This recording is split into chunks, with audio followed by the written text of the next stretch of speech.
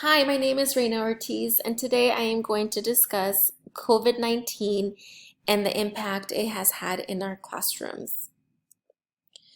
The first thing I'm going to go over is challenges teachers have had to face. So I feel like the couple of challenges that teachers are facing is the lack of student participation and students not completing assignments. And I think this definitely applies to K through 12 students. Um, as a parent, I have noticed that through watching my children log on to their Google Meets, I've only seen a handful of students join these meetings. So that is something that is kind of, I wouldn't say scary, but discouraging because a lot of them are missing out on the lessons that teachers are preparing for them. And then the other one is students not completing their assignments. I think a lot of this has to do with the fact that school districts announce that students are not going to be penalized, I guess, for not completing their work. Their grades are not going to go any lower than they were when schools closed. They are definitely being encouraged to complete their work and participate, but they are not being required to do so. So I think that has a little bit, or it has affected the way students are dealing with the situation. You know, they feel like, hey, my grade's not gonna go down any lower. Why should I complete the work? So it's unfortunate, but as teachers, all we can do is encourage them and provide them with the work and assignments that will help them. Advice. What advice would I give to my colleagues? Well, the first one is to keep it simple. We don't want to overwhelm students more than they already are. And keeping it simple is just going to make life easier, not only for us as teachers, but for our students as well.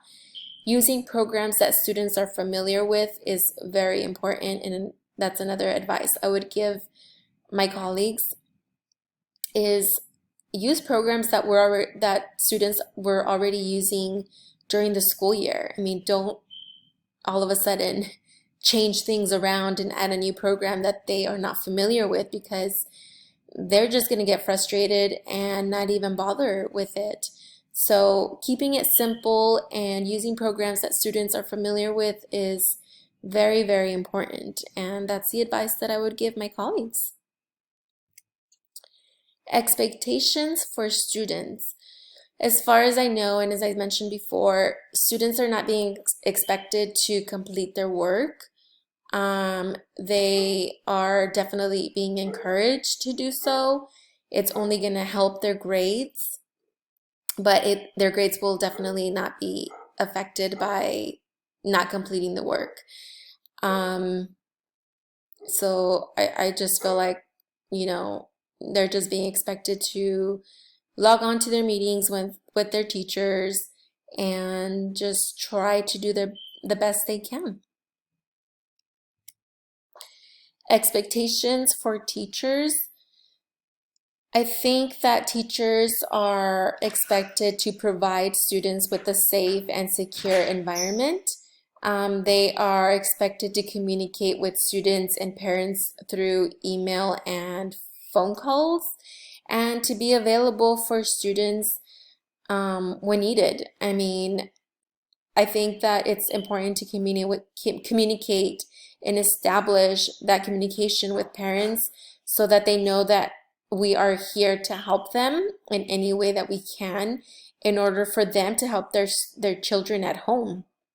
And for students, I think being available for them to just talk and let them know that you're here for them and that this is going to be hopefully over soon and we will be back in the classrooms and together again. I think a lot of them want to hear that. I mean, last week, or actually on Monday, I asked my students who's ready to go back to the classrooms and go back to school? And they all raised their hands. I mean, I think a lot of them are ready and looking forward to going back and seeing their teachers, their friends, and just being back in the classrooms. As far as impact on the standardized testing and fitness testing, I know that there's going to be no testing this year for students. A lot of them were relieved. I know my kids were extremely relieved because as it is, these tests are cause a lot of anxiety for them. Um, I just, I mean, I think for any of us, testing is just like nerve-wracking. So a lot of them were relieved. However, I know, or I think that the next school year, it's going to be challenging for teachers and students. I mean, we've had almost a month or two, almost 2 months out of the classrooms. Um, and so that's 2 months that these kids have missed of learning almost. I mean, online learning and being in the classroom is not the same. We cannot be, or our lessons, I mean, our lessons can be engaging, but ideally, I think they would be better if we were in the classroom. And I think most of us would agree. There's a lot of things that we can do online, and we can't, help those students that need the most help or extra help. So that poses a challenge there. And so yeah, it's going to be challenging for standardized tests next year for sure. So I think teachers are going to have to work extra hard to catch to catch those students up. As far as fitness testing is concerned, I feel like this one will be affected in some way, only because students or kids right now are not being as active as they normally would be. A lot of us obviously are being asked to stay home, not to go out, even though I feel like a lot of people are still doing that. But me or myself and my kids are not going out, and it's very unfortunate, but I don't want to expose them to any sort of I guess illness right now. I mean, the last thing we want to do is take a trip to the hospital with all that's going on. So I've kept my kids indoors a lot. We have a backyard and they're allowed to go back there and play, but it's not the same as if they were in school and running around with their friends and then participating in their physical education and so on. So I think a lot of the kids are in the same situation where they're not being as active. I'm hoping that they are, but I wouldn't blame the parents for it. I mean, protecting our kids is priority, and keeping them indoors right now is, I feel, very important.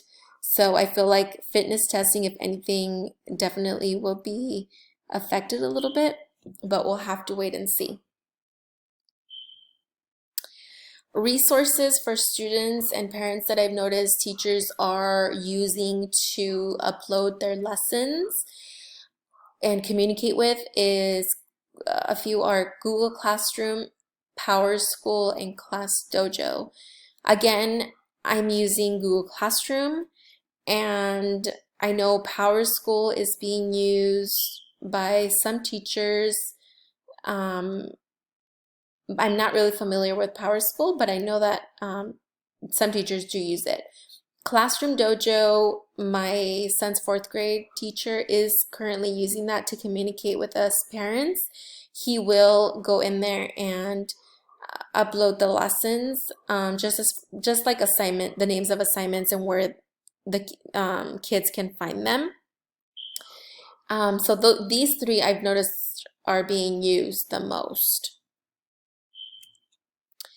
takeaways from this experience. Well, one would be to be prepared for any new changes.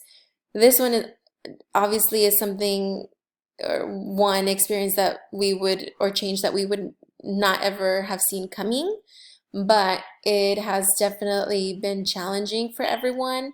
And as teachers, I feel like we should be prepared for anything that comes our way. I mean, I've heard teachers that get hired for a particular grade level, and then 2, 3 weeks before the school year starts, they are suddenly moved to a different level after they've planned, lessons and activities to do with that one particular grade level that they were hired for.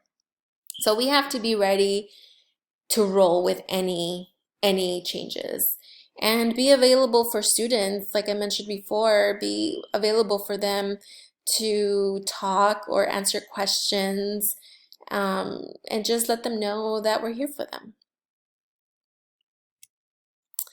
And that is the end of my presentation. I hope you enjoyed it. Thanks for watching.